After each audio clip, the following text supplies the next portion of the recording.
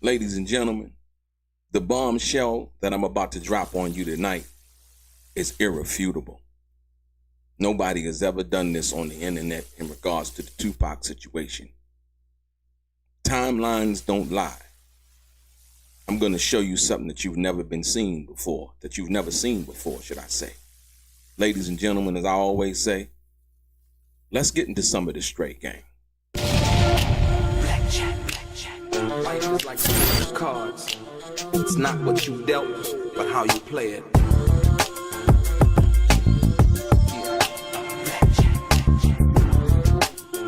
Play each situation correctly.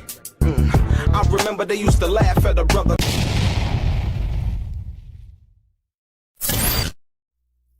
Welcome back, guys. Welcome back. It's your boy Delray Richardson, platinum artist, platinum songwriter, Straight Game TV. Thank you for tuning in. I appreciate your time. Thank you.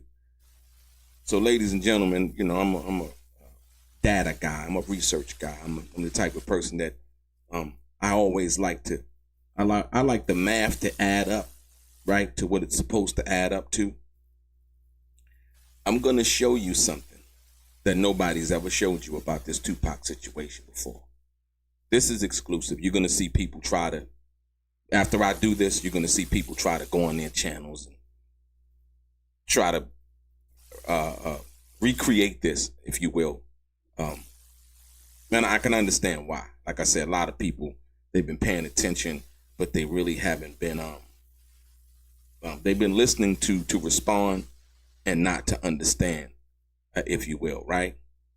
So I want to take you to the MGM Grand. I want to take you to Vegas. If you would lend me your mind, I want to take you on this journey. I want to show you in this time period. I want to show you. I'm going to contrast what Reggie the Rat Wright Jr. told the grand jury, right? When asked about his whereabouts and going to the MGM Grand. And I'm going to give you the conversation. And once again, you're going to understand the timeline. The timeline. And this is, you can tell that when I give you this is not Monday morning quarterbacking from a perspective of, oh, somebody said something. This conversation is very detailed. It's very detailed oriented. And me looking at it, once I looked at it again, I was like, hold on. Then I looked at this transcript and I was like, whoa, hold on. How?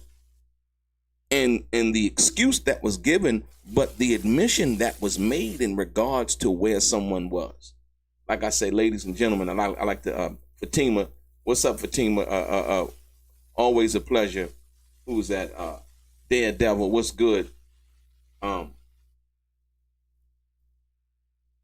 that? Irasala, Hang Time. Who else? Bruno, or Smokey 5100.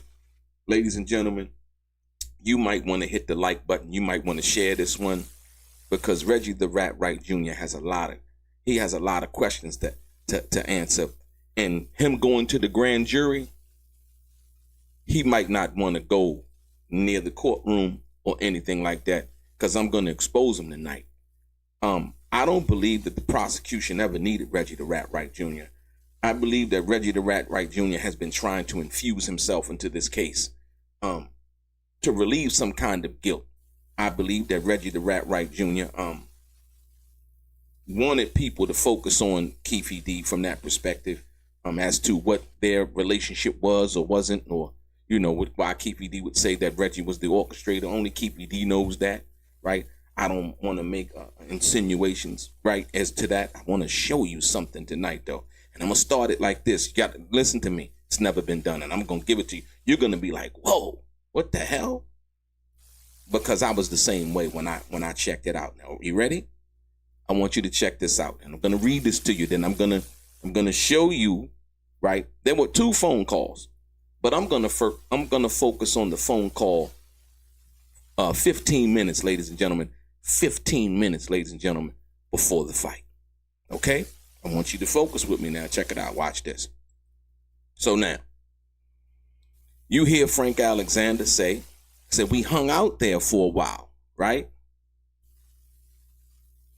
And as the fight began drawing closer, I watched Tupac begin losing patience. Tupac says, I hate this shit. Suge does this all the time. Listen to what Frank says. Frank says it was 15 minutes before fight time and Tupac was getting restless, right? This is a whole story. You know this is based on fact. The way he's telling it, how detailed it is, I need you to understand this, right? Hit the like button, hit the share button, ladies and gentlemen. And like I said, I'm focused right now, but I need y'all to just bear with me. Frank says it was 15 minutes before fight time, and Tupac was getting restless. The pre-fights were over.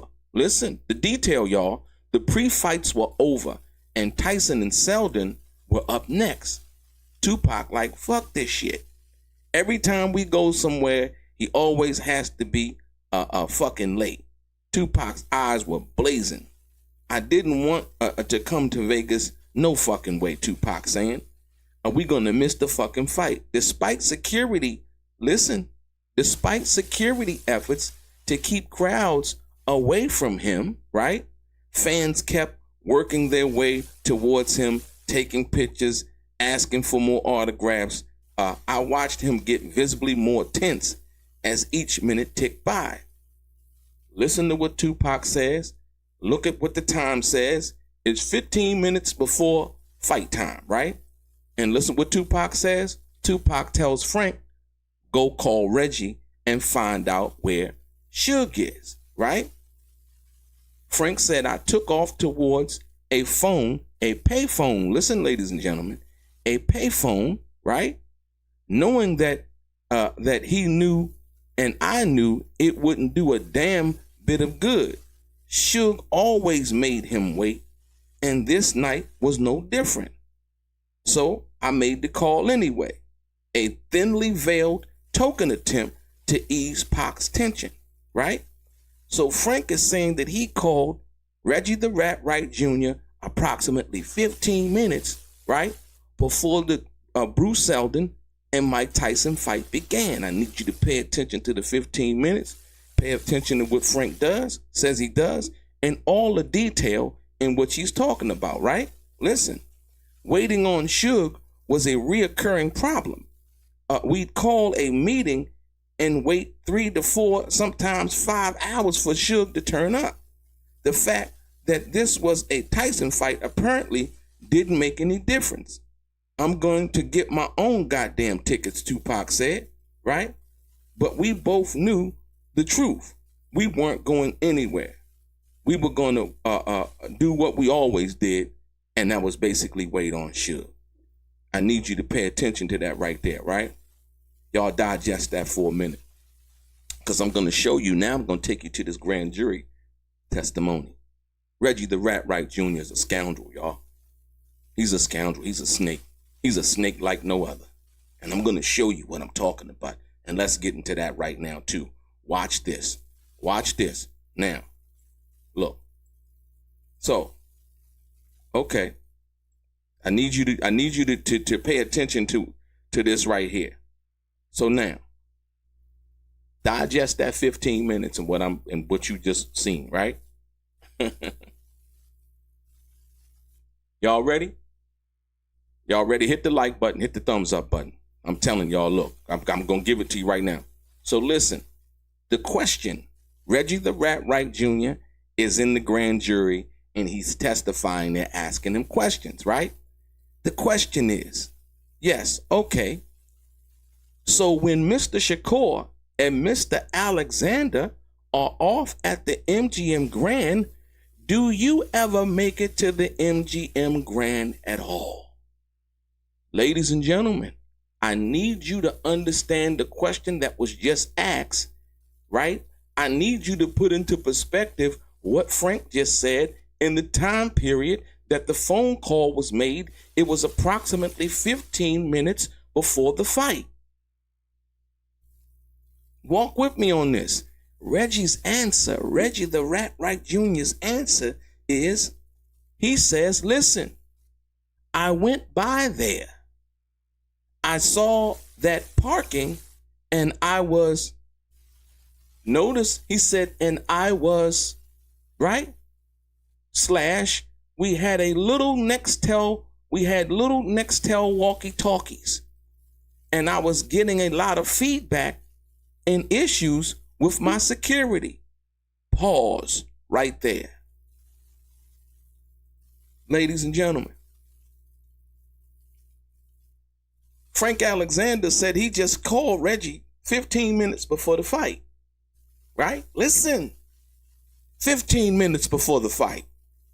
So, evidently, 15 minutes before the fight, he's calling to try to find out where Suge is because Tupac told him to call. It is clearly evident that when Frank calls Reggie the Wright Jr., he's not at Club 662 yet. Why? How do we know that? According to this testimony, right? Because the lawyer asks what? Yes, okay. So when Mr. Shakur and Mr. Alexander are off at the MGM Grand, do you ever make it to the MGM Grand? Remember, Frank and them there, waiting on Suge, calling Reggie. Frank relays a call 15 minutes before the fight's about to start. So where the hell is Reggie at? Right? Another thing that's revealed. Reggie the Wright Jr.'s response is what? After the lawyer's asking him, did you ever make it to there? He said, I went there, saw that parking, and we had little, and see how he skips from about to say something, but then he says, we had little Nextel walkie-talkies, and I was getting a lot of feedbacks and issues with my security. Pause right there. Didn't Frank just call him about 15 minutes ago? So you got to know he's not at Club 662 yet. He said he stopped by there. He stopped by the MGM Grand. He knows that Tupac, according to Frank, is looking for Suge, right? But another thing is revealed, ladies and gentlemen, the walkie-talkies. Remember, for 27 years, Reggie the Wright Jr. was saying that the Nextel walkie-talkies did not have the Nextels didn't have the walkie-talkie features. Once again, he is in the grand jury giving testimony that we had little Nextel walkie-talkies, ladies and gentlemen. This motherfucker been lying for 27 odd years, y'all. He been lying all of this time. But pay attention to the 15 minutes. The 15 minutes, ladies and gentlemen. The question, yes, okay. So when Mr. Shakur, Mr. Alexander are off at the MGM Grand, do you ever make it to the MGM Grand? So in the time period that Frank called him, which listen, listen, the 15 minutes before the Mike Tyson fight was about to begin, right? That 15-minute window, right? And the question that's being asked by the investigator or the people at the grand jury, it has to be in around about the same time because Frank is making the call upon Tupac's request to Reggie to find out where Suge is. He says, yeah, I went there, but then also check it out. Not only that, he says, and I was getting a lot of feedback and issues with my security. Would that happen to be Frank Alexander? Because Frank said 15 minutes before the fight, who did he call? He called Reggie. 15 minutes before the fight. So where was Reggie at? Because he wasn't at Club 662. Because he just said, look, hey, I stopped past there. I seen the parking. And see, this is another lie. And I'm going to tell you why. When you go, because I go to Vegas a lot. When you go down Flamingo and you look at the MGM Grand, you don't really see no parking. Either it's valet in the front of the MGM Grand because it hasn't changed, or in the parking lot. And you really can't see the parking lot. And, if it's full or not, you got to actually drive up in there to actually see what's going on. Right? So in that 15-minute window that Frank says he's called 15, look, it's 15. Tupac saying, man, we're going to miss the goddamn fight. I get tired of this shit. I ain't want to come to Vegas no way. This 15 minutes. So in the 15 minutes before the fight, so he's saying, okay, Frank and, the investigators say Frank and Tupac are down at the MGM Grand. Do you ever make it to the MGM Grand at all? I went there, saw that parking, and we had little Nextel walkie-talkies, and I was getting a lot of feedback and issues with my security. Wasn't Frank one of those people calling him on the phone? See, when you go into the grand jury and you start to lie, and then you start to admit that truths about the lies that you tried to lie about, it's hard to remember them lies, man. Here it is right there. So now, we know Reggie the Rat Wright Jr. was at the MGM Grand. When Kefi D said that he saw Reggie the Rat Wright Jr., listen, y'all, because Reggie saying basically the whole time, remember, he tried to explain, I was at Club 662. This doesn't place him at Club 662. This places him in traffic somewhere near the MGM Grand at about before the fight was about to start.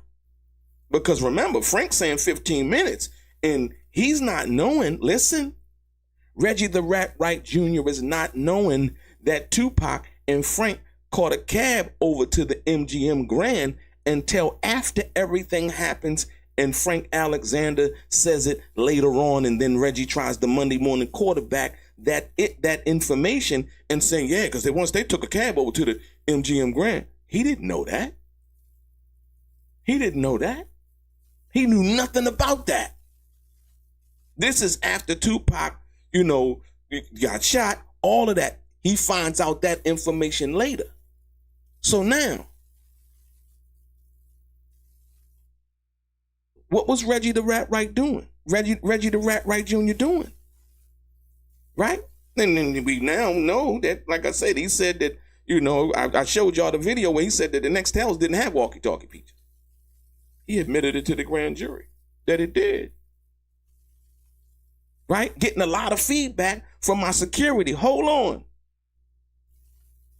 Don't you think that it's ironic? This is the second phone call, ladies and gentlemen. This is the second phone call. Don't you think that it's ironic? He's talking about, look, we had little Nextel walkie-talkies. Don't you think it's ironic as hell? And he's talking about issues with his security, right? Don't you think it's ironic that Frank had to go to a payphone and call Reggie? Ladies and gentlemen, listen to me. Frank just said it in the statement before that he had to go to a payphone, and Tupac was getting frustrated despite security efforts and him at the MGM Grand, trying to keep people off of Tupac. They kept walking up, asking for autographs, taking pictures and so on and so forth, right? While he went at Tupac's request to call Reggie, right? 15 minutes before Mike Tyson the fight was about to start. He said the pre-fights were already over. He's given specific details as the time and everything. So when the investigator asks Reggie some 30 odd years later, so when they at the MGM Grand, listen, because that call happened 15 minutes before the fight. So Reggie the Rat Wright Jr. had to be in traffic somewhere in order to be able to stop past the MGM Grand. You listen, this is mathematics, y'all. He can't, because say, well, I stopped past there. He said, I stopped past there, and listen to the statement. I stopped past there, but I was getting a lot of feedbacks and issues with my security, and I just elected to go to the club to make sure everything was in order at the club. So he wasn't at the club, right? He wasn't at the club, right? Was he at the club? Was he at Club 662? Frank called him 15 minutes before the fight. He said he stopped past the MGM Grand.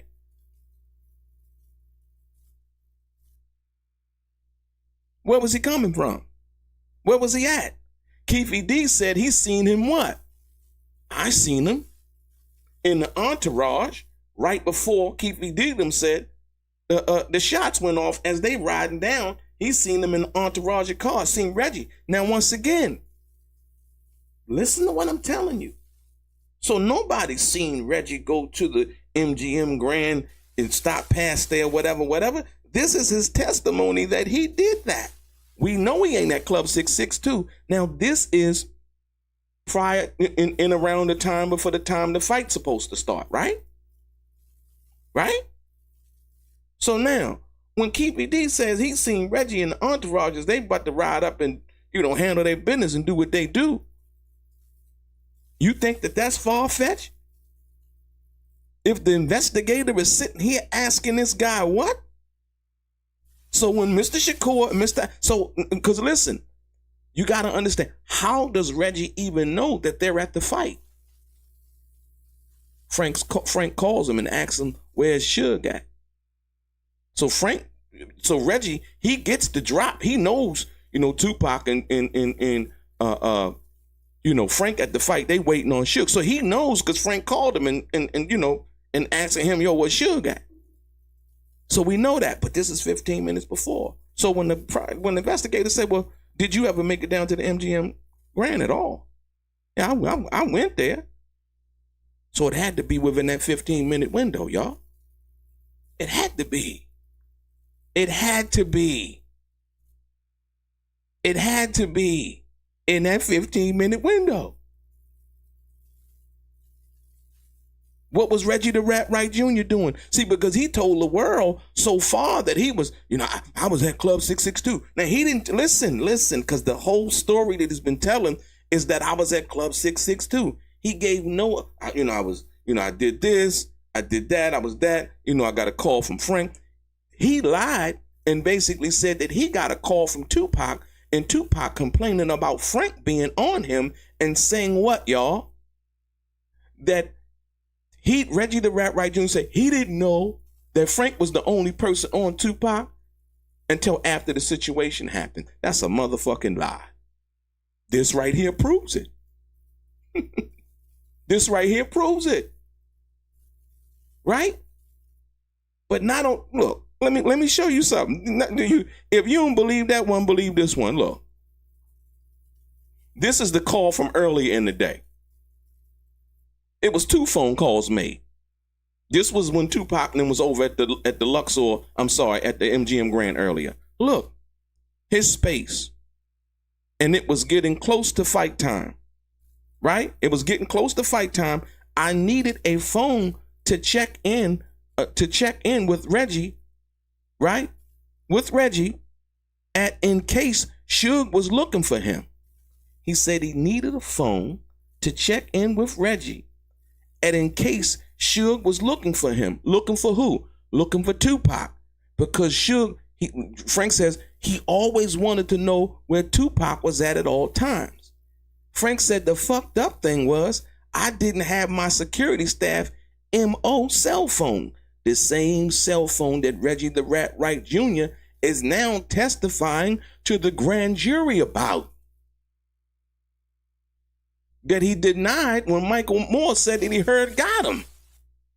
Frank didn't have it. He said, I didn't have my security staff MO cell phone while I was on vacation. Kevin Hackey used it, and since he and Reggie were fighting, I didn't have it on me because Kevin wasn't coming to Vegas. Reggie lied about that. Frank said specifically on point that Kevin Hackey wasn't coming to Vegas. Listen, Frank said, I couldn't believe I'm rolling with Death Row's $1 Million Boy, one of the biggest rap stars in the world, and I got to use a payphone. I must have left him for about a minute, long enough to leave Reggie a message, listen, from a public phone a couple of feet away before making my way back to the table, and Tupac wasn't there, ladies and gentlemen. That's the first phone call early in the evening. Let's get back to here. So there's one phone call early in the evening. Frank says he leaves a message, right?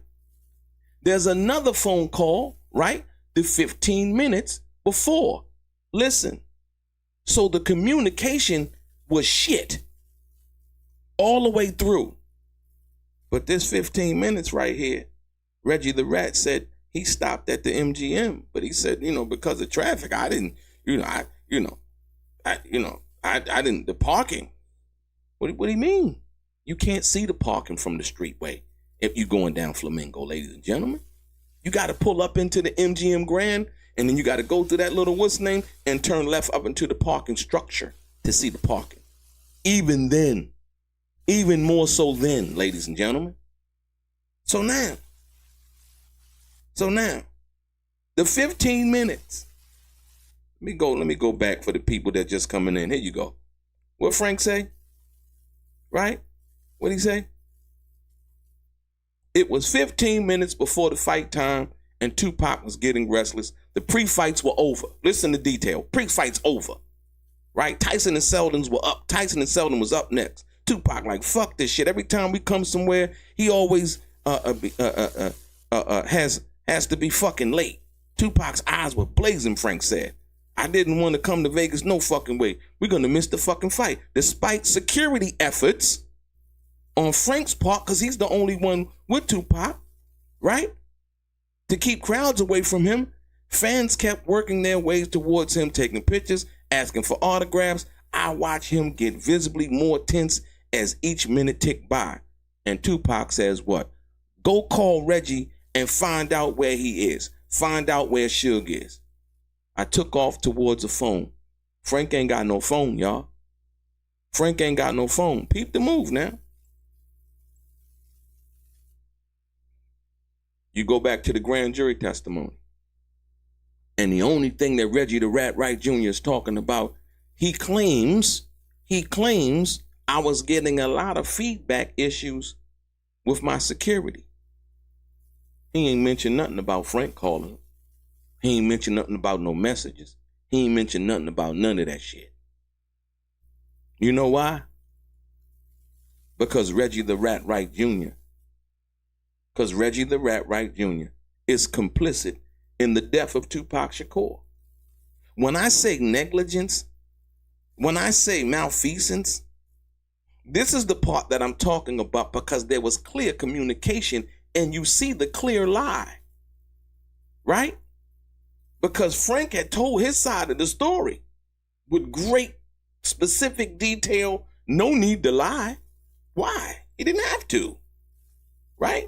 So the question comes, yes, okay, so when Mr. Shakur and Mr. Alexander are off at the MGM Grand, do you ever make it to the MGM Grand at all?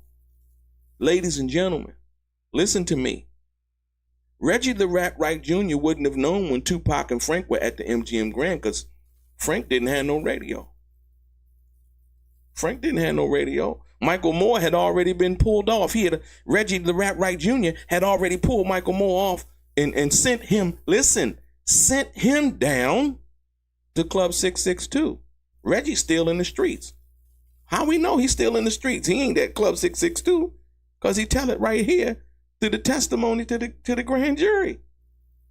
Right? Did you ever make it to the MGM Grand at all? Oh, I went there. I saw the parking. We had these little Nextel walkie-talkies. And I was getting a lot of feedback and issues with my security. And I just selected to go to the club to make sure everything was in order at the club.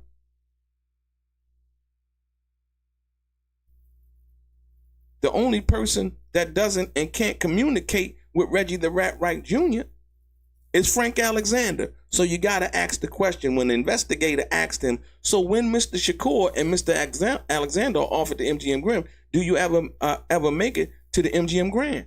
The 15-minute call, listen to me, y'all. Listen to me, you got to understand. The 15-minute call before the fight was about to start is when Reggie the Rat Wright Jr. would have known that they were there at that particular time. Right? Think about it. That's the only way he would have known. He couldn't have known any other way. Frank didn't have a radio. Frank didn't call him before that time other than earlier that evening, right? To basically try to inform Reggie where Tupac was because Suge wanted to know at all times. But what did Frank do at that time? He left a message from a payphone. Right? So when does Reggie the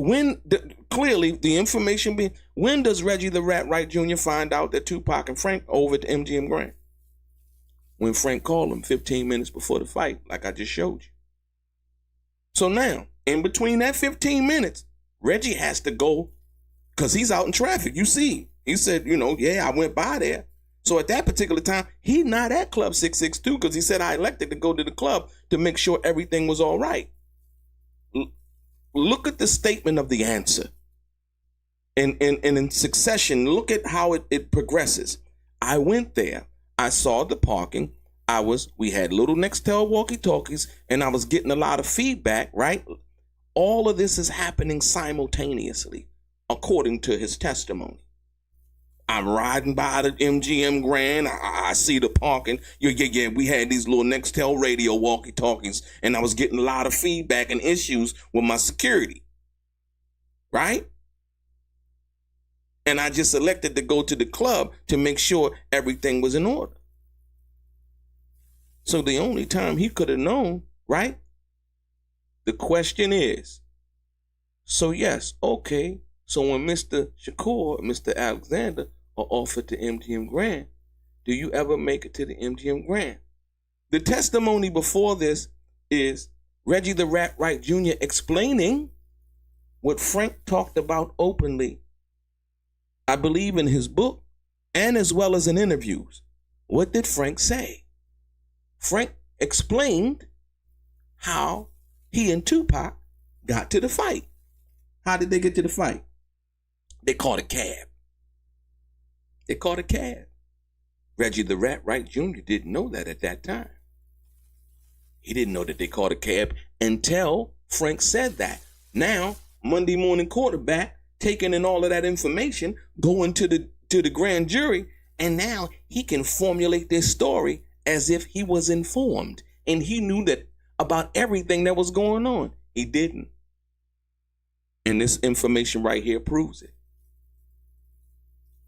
And the lie about, I was at Club 662, and saying that lie and keeping telling that lie, I was at Club 662. He had everybody, the whole world believing that at the whole time that Suge Knight was, out and about and doing whatever they was doing in and around the time of the fight, he was at Club 662 making sure everything was all right.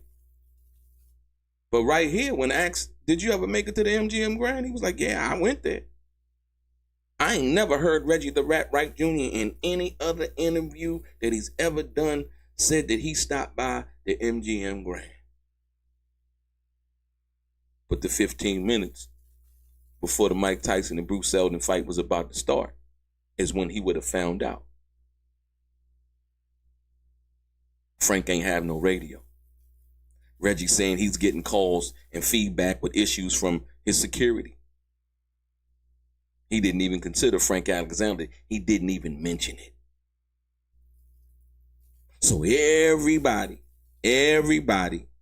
like Frank said, I'm with the $1 million boy of Death Row Records and the hottest motherfucking artist in the game at that particular time. And guess what? He ain't even got a communication apparatus. He got to go and use a goddamn cell phone. And look, remember, check this out, y'all. I'm going to show you something. I'm going to show you how much Reggie the Rat Wright Jr. tried to piggyback. I'm going to give you this game right here. Watch this. Check it out. Now, in this statement right here, Reggie the Rat Wright Jr. heard what Frank had said. So now, he read this statement right here. Listen to me real carefully. He read this statement right here. Frank says, I didn't have my security MO cell phone. While I was on vacation, Kevin Hackey used it, right? And Reggie and Kevin Hackey were arguing about the money that Kevin Hackey got from, I think it was gang related or something like that. And because they use Kevin Hackey as an, his experience with law enforcement, they use him as a consultant and they paid him $10,000. And Reggie the Rat Wright Jr. was mad that Kevin Hackey had got paid. But check it out. So now, Frank Alexander is being honest. This is early in the evening when they went to the MGM Grand and Tupac was gambling, right? But check it out. That's the first phone call, right? I needed the phone to check in with Reggie, right? In case Suge was looking for Tupac, as he always wanted to know where he was at all times. But go down to the bottom of this paragraph.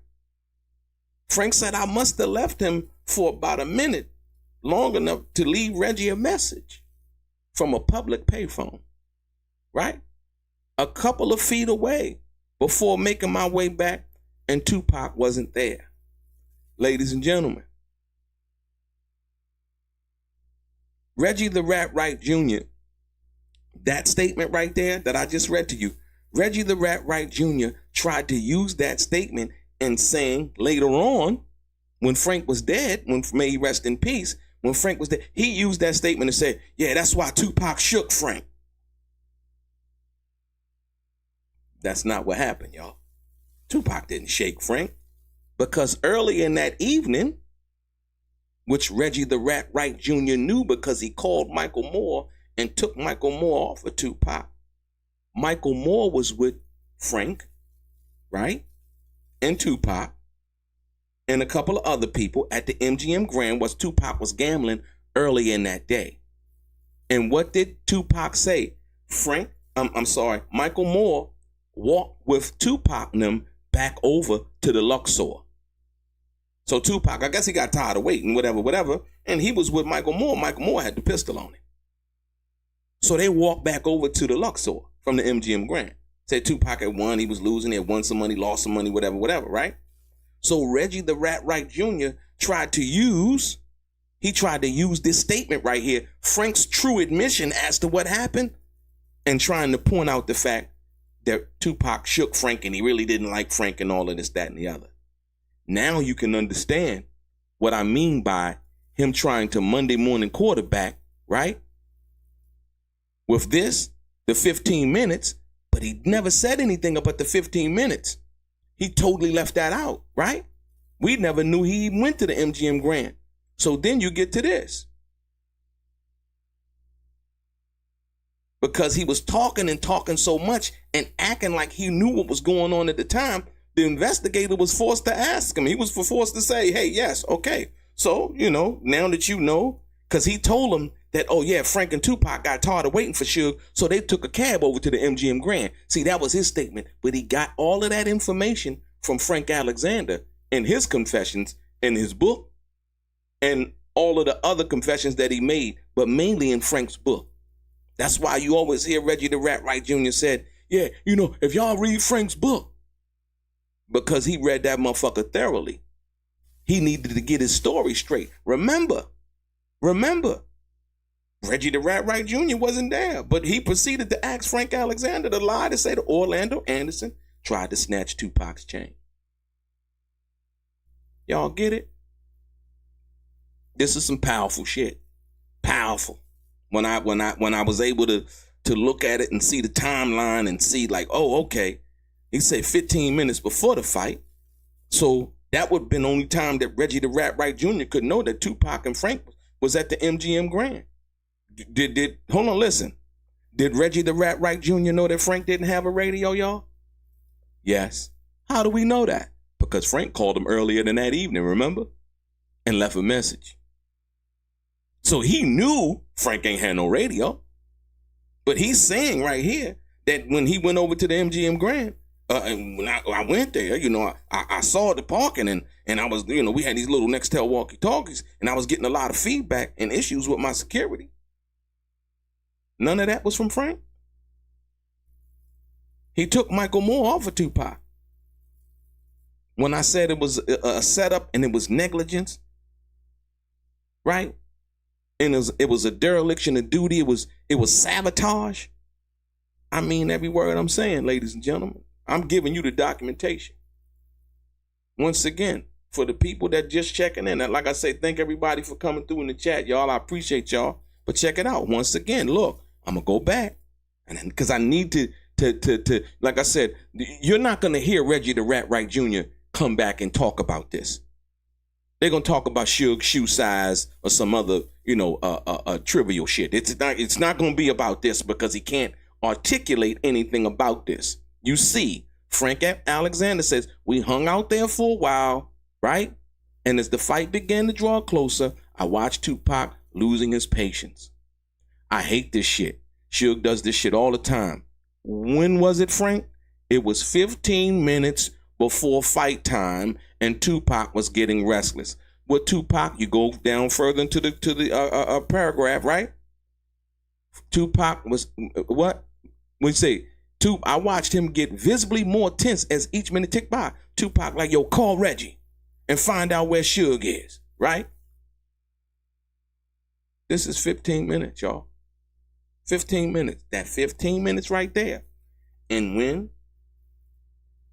Reggie the Rat Wright Jr. would have known that Frank Alexander and Tupac Shakur was at the MGM Grand. That's the only time he could have found out, right? That 15 minutes. Now, you go to what? The grand jury testimony, some 30 odd years later. Some 29 years later, right? And so now, Reggie places himself once again, wanting to be more important to the situation than he actually was. But check it out. He admits something that we never knew. The public never really knew. So now, he's claiming he know everything, looking at Frank's book and reading what Frank said. Now he wants to be the guy that has all the information. Remember that, right? This is his whole position. You know, Reggie, you were there because you know, Gullible John says. The question, yes. Okay, so when Mr. Shakur and Mr. Alexander are off at the MGM Grand, do you ever make it to the MGM Grand at all? And what does Reggie the Rat Wright Jr. say? Because guess what? Frank said 15 minutes. He called in Reggie because Tupac told him to. And Reggie even lied and said that Tupac called him. He lied and said that Tupac himself called. He never said that Frank called him. He said that Tupac. And we're hearing Frank as Tupac security at the MG saying he made 2 calls to Reggie, one early in the evening when he was gambling and he left a message. And the second was 15 minutes before the fight would start. Boom. And so when Tupac and Frank were at the MGM Grand, did you make it over there? This is that 15-minute window, y'all. It can only be that 15-minute window. Why? Why? Why? Because what? Because they waiting on Suge and he makes the phone call, trying to find out where Suge at. So he knows. That's the only time he could know that they're there, for sure that they're there, right? I went by there and saw that parking. And and notice how he cuts off, and I was what? We had these little Nextel walkie-talkies, and now it's all of a sudden he's being distracted and called away because he said he's getting feedback and issues with security. Not 1 minute, ladies and gentlemen, and you can tell where his mind was at. Not 1 minute is he worried about Tupac Shakur. Because remember, Tupac Shakur had fired his company as his personal security, not the security for death row, but the personal security, right? So he said, you know, I didn't see the letter. If I saw the letter, I would have been like, fuck that nigga. But we know he's seen the letter because I showed y'all the video where he admits that Tupac, he just sent the facts over, firing me. You know, so he knew about it. So he was like, fuck that nigga. Pull Michael Moore off of him. You heard Suge say that, right? I had 2 of the best guys on Tupac, but Reggie pulled them off of him, ladies and gentlemen. But this 15-minute right here, this 15-minute window, Reggie's still out in traffic, y'all. Look, I went by there. He's still out. He wasn't at Club 662 at the time when the fight was basically or going on or whatever. He was in traffic. I went by there, saw that parking, you know, getting these calls, but I let to go to the club, you know, make sure everything at the club was in order. We don't know what he was doing. We don't know when he got to Club 662. Because before I'm bringing you this information, he had everybody believing that he was at Club 662 the whole time. That he never stopped past the MGM Grand. Point blank period, ladies and gentlemen. I had to bring y'all this.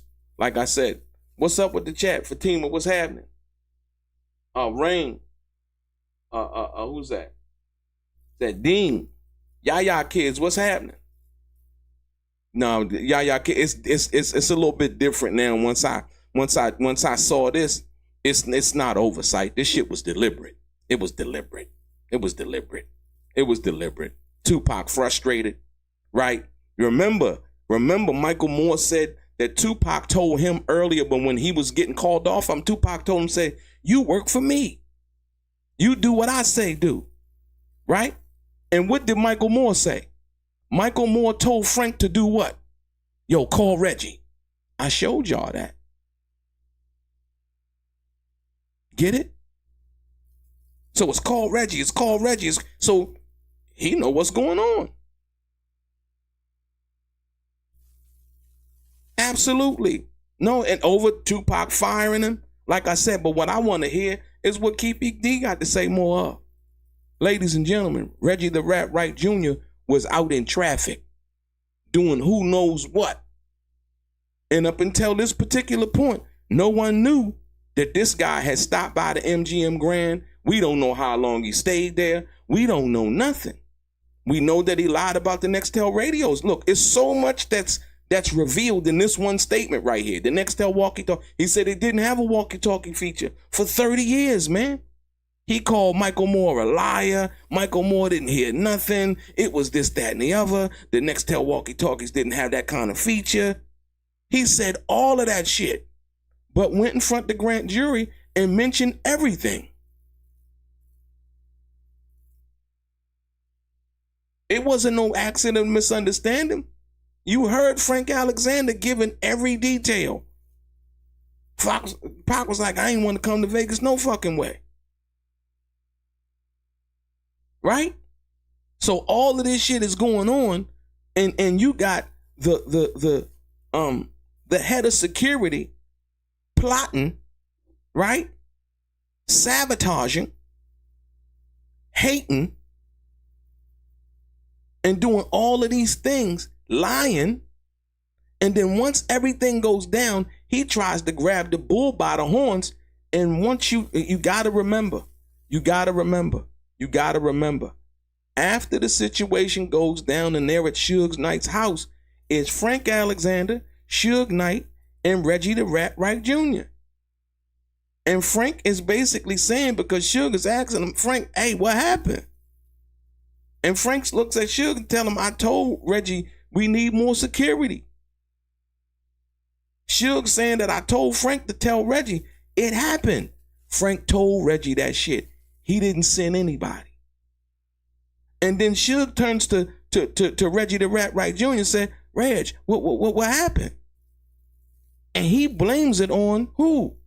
He said Al Giddens. Remember, he said that. Frank is saying, he said Al Giddens in charge. He was a supervisor. Ladies and gentlemen, we know that was an attempt to pass the buck. Why is that? Because Reggie the Wright Jr. says in this statement right here that he was getting what? I was getting a lot of feedback and issues with my security. How in the hell was that Al Giddens' fault? He's sitting here telling us that he's getting all of the feedback. He's getting the communications from the people who got communication apparatuses, these Nextel walkie-talkies. He's telling everybody that. But like I said, ladies and gentlemen, more importantly, we know now when Reggie the Wright Jr. found that Frank Alexander and Tupac Shakur was at the MGM. We know when he found out, 15 minutes, and around that 15-minute window before the fight. We also know now what? That Reggie the Wright Jr. was in traffic. He wasn't always at Club 662 like he has been confessing for the last 20 some odd years. I was at 662. I was at 662. I had to get the club straight because they was right? Nah, he wasn't at Club 662 for the whole night because he went by the MGM Grand and he was out in traffic at the time that Frank actually listened. He was out in traffic the time that Frank called him within that 15-minute window. How we know he was out in traffic? Because he had a chance to go by there. When what? What the investigator asked him? So when what? So when Mr. Shakur and Alexander offered the MGM Grand, when they offered the MGM Grand and he knows it, right? Do you ever make it over there? Yeah. How did he know that they're there? Because Frank called him. It's just as simple as that. So when you hear a Gullible John and Reggie the Wright Jr. do videos, you're never going to hear him say anything in regards to what I'm saying in regards to that. He can't. He can't. We know now the Nextel had walkie-talkie features. He lied about that. We know now he went by the MGM Grand. He was still in traffic 15 minutes before the fight was started. Where was he coming from? What was he doing? Who was he talking to? Did he say, yeah, Tupac and them, yeah, they over at the fight now? They there. You know what I mean? While Michael Moore was pulled off of Tupac, Michael Moore was pissed about that. Tim Williams told us that. That was Michael Moore's roommate in Vegas. Why was it so important that Michael Moore not be on Tupac? Because Reggie the Rat Wright Jr. knew that Michael Moore was the type of person that wasn't going to relinquish his firearm. No matter what Reggie said. From that perspective, especially if he was going to be with Tupac, think about it. He knew because he said it. He knew that Michael Moore was the type of person that always stayed strapped. And he knew that if Michael Moore was going to be with Tupac, he was going to have a gun on him. Can't speak for Frank, but for Michael Moore, yeah. So I got to call Michael Moore down to to Club 662. And yo, take your gun off you. Because you can't have guns down in Club 662. But then, later on, he would come out and admit, yeah, but some of the guys down there still did have guns. That's what he said. Lying motherfucker, man. It's a goddamn shame. But the sad part about it is, boy, Karma, she's undefeated, man. Yeah. She's undefeated. She's undefeated. So every moment that you sit there, Reggie, I know you're going to watch this video. Every moment you sit there, never wonder why. You got to ask God for mercy on your soul, for forgiveness from Tupac's family, forgiveness from Suge. And the crazy part is this guy gets on the internet and after, like I said, if I can give you any more than I've already given you, the guy got 3 days. And I told y'all this the other day, 3 days after Tupac died, he talking to the LAPD, snitching and telling the LAPD that Suge Knight got blood gang members acting as a security and they armed and dangerous. Ultimately leading to the attempt of a felony stop. Now, like I said, once again, none of us in the public would be privy to that information. But the LAPD went live with that information and also put that in a newspaper article, ladies and gentlemen. He was trying to get Suge out the way too. He knew Suge was on probation from the situation that happened with those guys in that studio at that time. He knew that. He was trying to get him out the way. He wanted to be in charge of death row. The FBI, former FBI agent said that.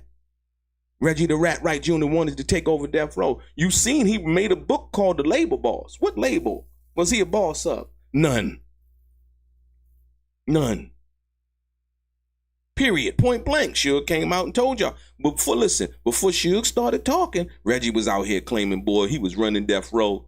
He was doing these deals, and he ain't do no deals. Tell him, show you one contract where he basically put his name down as the executive that could give the a green light on some kind of record deal in regards to anything in the business. Point blank, period. He did not have that signature power. He did not have that power of attorney. But he wrote a book called, what is it? Something of a label boss. Ain't no label boss. It was all lies. And as you see here. Yes, okay. So when Mr. Shakur and Mr. Alexander are off down at the MGM, did you ever make it there? Show me an interview, ladies and gentlemen. Show me an interview where Reggie the Rat Wright Jr. cops to this and say, yeah, I went down there, I saw the parking and all of that. Because like I said, everything that he got from Frank, because he said he wasn't there, remember? This is what he said. He said he wasn't there. But we find out he out in traffic, at least in around that 15-minute window, right? Because that's when Frank called to let him know that he would be there. Once again, timelines, you can't get around it. So you can lie about certain shit, right? But when he went, listen, when you go testify in a grand jury, You testifying under oath. You're testifying under oath.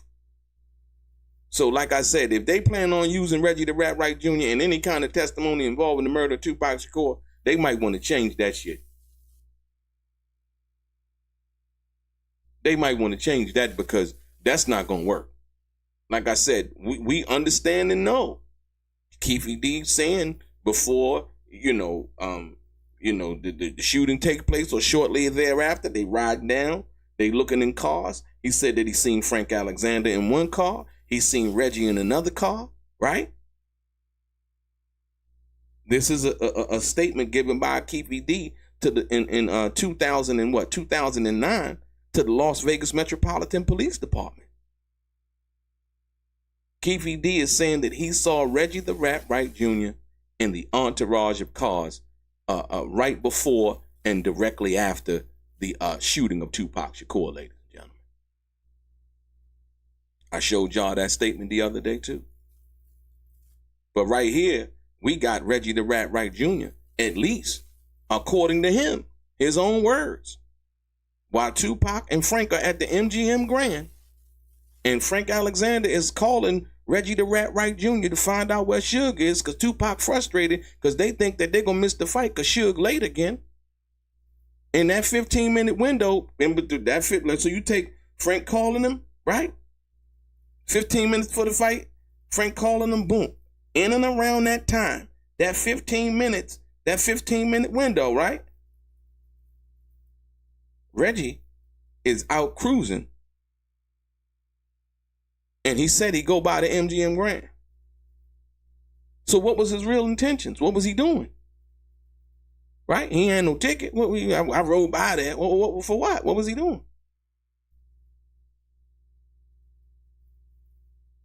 You got to ask yourself that question. I rode by there, but I seen the park and I was getting these calls. And did he get the call from Frank Alexander? He never talked about that. He never mentioned that. But he lied and said that Tupac called him. Right? Ladies and gentlemen, in this same grand jury testimony, Reggie the Rat Wright Jr. lied and said that Tupac called him.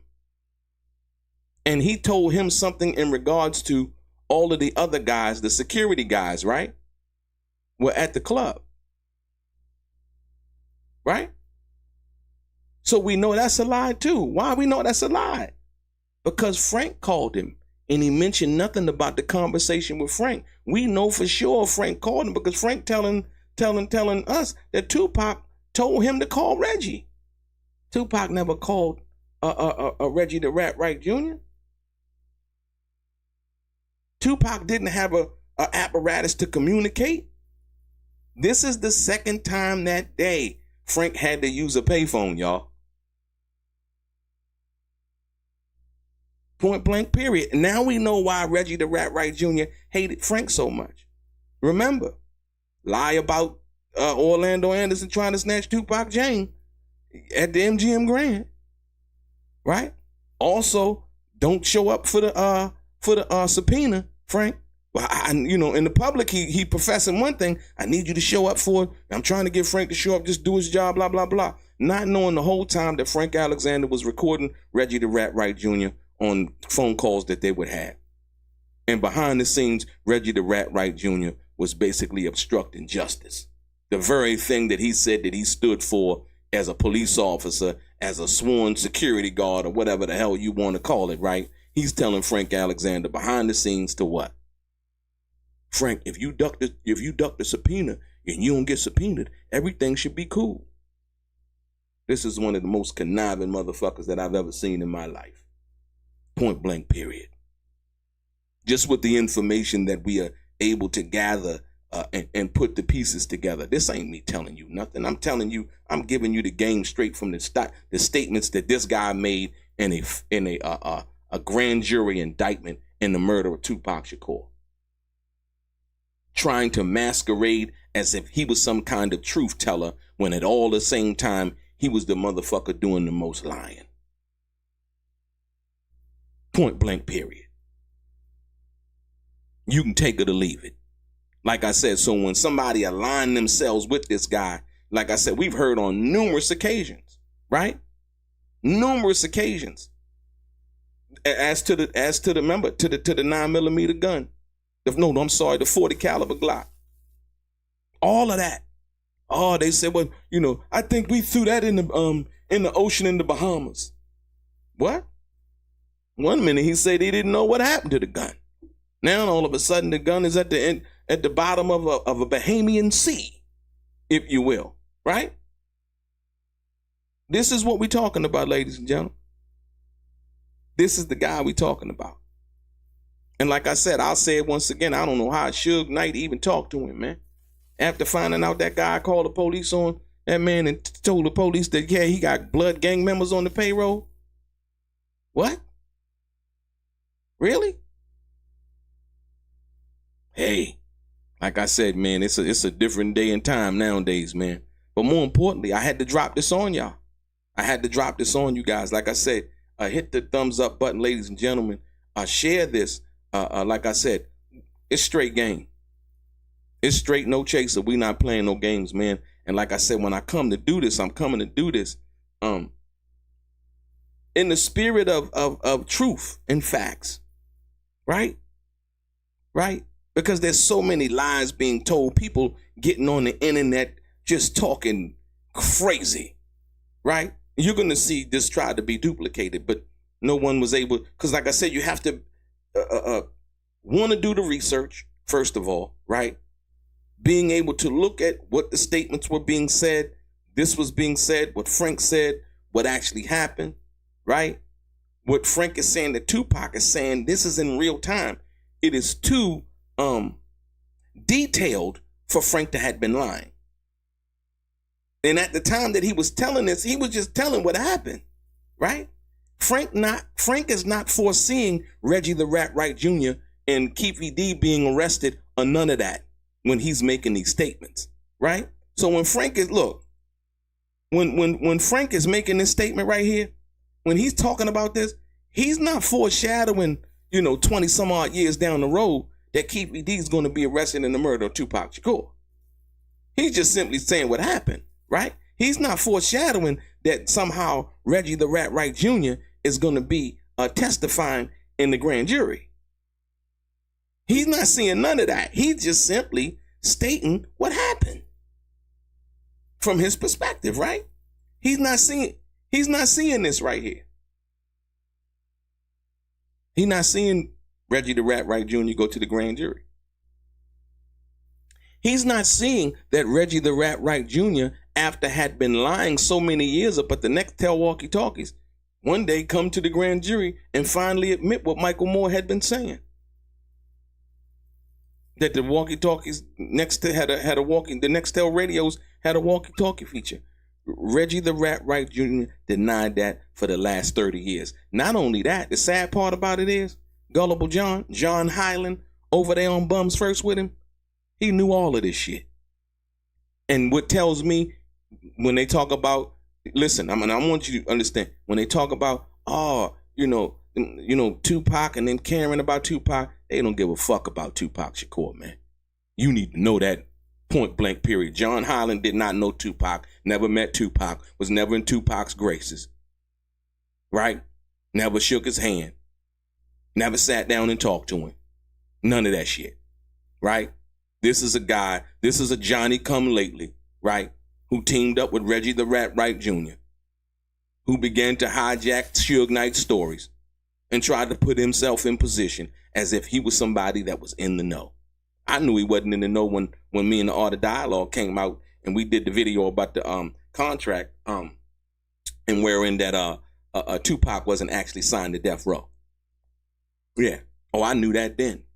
I was like, he didn't know. He didn't know. A lot of people didn't even know. You know what I mean? And so when we came out with it, he was like, who is this guy? He's the groupie. He's the, the name calling and shit. Once them facts start to drop, they try to go back to the elementary school tactics. Look at his tennis shoes. What are those? That shit don't work. You know what I mean? Nigga, I got Tootie Tucks on because I'm stacking my motherfucking chips. Yeah. You know what I mean? I ain't trying to, my name ain't Jack Strong. Everything I got, I ain't got it on. You know what I'm saying? And so now, when you understand that, right? the posturing, the lying, the so much so that he wanted to posture about checks. Reggie the Rat Wright Jr., John Highland over there talking about, yeah, I'm getting royalty checks. John, yeah, you could cover up the amount I made, because I don't want them to be mad at me. Gullible John forgot to cover out the main line of how much the check was. Motherfucker was for $115. When we exposed that, he was like, that was the wrong check. That was the wrong check. That wasn't the right check. John, could you do a do-over? Could we do a do-over? Could you do that again? Could we make another presentation about that? No. You should have got it right before you put it out there and make it a more professional presentation. But that's not what he's into. You know what I mean? A lot of people in the side shows and performances, but they lack substance, if you will. This is where we are. So y'all see it. The 15-minute window, ladies and gentlemen. The 15-minute window. Frank said 15 minutes before the fight time, right? What does investigator ask Reggie? Before Mr. Shakur, Mr. Alexander down at the MGM Grand. You know that now. Oh, so do you ever make it down there at all? Yeah, I went by there. How did he know? Because Frank called him and told him. He's still out in traffic. He got the whole world believing, I was at Club 662. I wasn't nowhere near it. He's lying. We know that now. Factually established. Point blank period. Through his own words. Did the Nextel radios have a walkie-talkie feature? He lied about that. We know that now. He admitted it to the grand jury. Yeah, it was $115. Big Money Music. $150. It was a real, $115. And when it got exposed, he was caught up. He was caught up. So like I said, ladies and gentlemen, I appreciate y'all time. And I mean, like I said, this information right here, when you sit back and you digest it, there's no moving around this. You can't duck and dodge and play games and be like, yeah, John, show them this, because they don't know. No, you can't do it. Because once again, he told everybody, the whole world, he was at Club 662, y'all. So when you begin to sit down and you might want to get some coffee or tea, if blowing some trees is your thing, kick back and watch this video and push it off to your partner, your friend, and be like, look, man, this what really is. And you can't get around it. You can't get around it. So like I said, I appreciate you, ladies and gentlemen. I appreciate each and every one of you guys. Thank you for tuning in. Thank everybody in the chat. I appreciate y'all.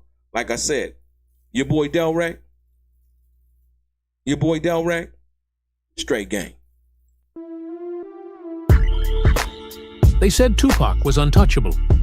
But behind the walls of Rikers Island, he was just a man, wounded, watching his back, and wondering who he could trust. He survived bullets, betrayal, and isolation behind bars. But what happened inside those walls has never been told until now.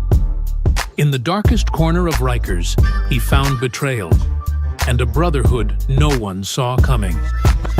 These dudes smiled in my face, then flipped and tried to kill me, and I never saw it coming. They were Puff's security, Biggie's muscle, Henchman's people, and Tupac knew exactly who sent them. This is the side of Tupac Shakur the world never got to see, told by the man who lived it with him, not in the studio, but in a 6x9 cell. The rap battles, sex and drama with female guards, the tears, the silence after Jada Pinkett's visit, and the moment Tupac almost broke. Before Death Row, before All Eyes on Me, before Machiavelli, there was Rikers. Behind the Walls with Tupac Shakur, available now on Amazon. Get your copy. Learn the truth.